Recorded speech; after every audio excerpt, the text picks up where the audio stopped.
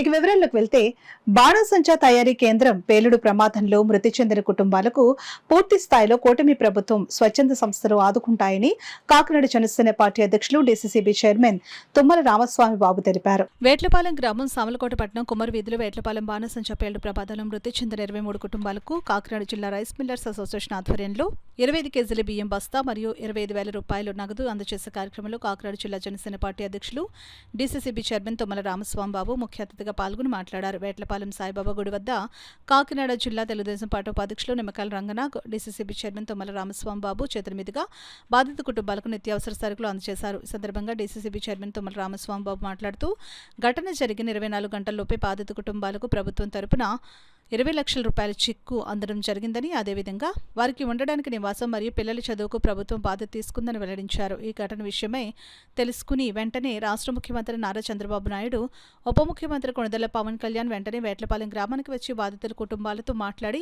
వారికి తగిన న్యాయం చేయడం జరిగిందని తెలిపారు. రైస్ మిల్లర్ అసోసియేషన్ ఆధ్వర్యంలో బాధిత కుటుంబాలకు అండగా ఉండి నిత్యావసర సరుకులు అందించడం, వాళ్లకు సాయం చేసిన వారు అవుతారని తెలిపారు.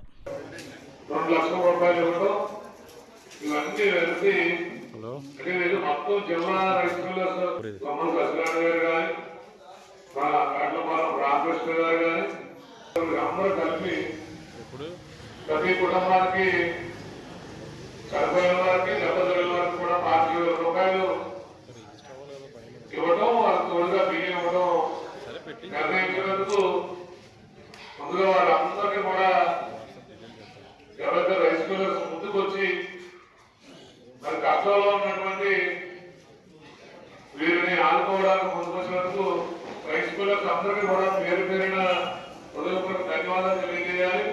ఎందుకంటే మనం జరిగినటువంటి ప్రమాదం ఏదో చిన్న ప్రమాదం కాదు. అయినప్పటికీ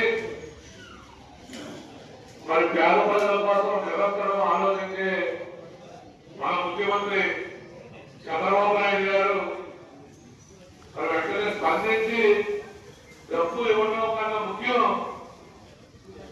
మరి ఆయన అంత వయసులో ఎన్నో విజయనగరం ప్రయాణంలో మీటింగ్ క్యాన్సిల్ చేసుకుని మరి వేణుగోపాల్ అంటే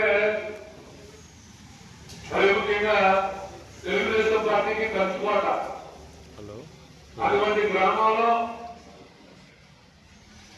ఎంత పెద్ద ప్రమాదం జరిగింది. వారందరినీ వాదాచాలనేటువంటి ఉద్దేశంతో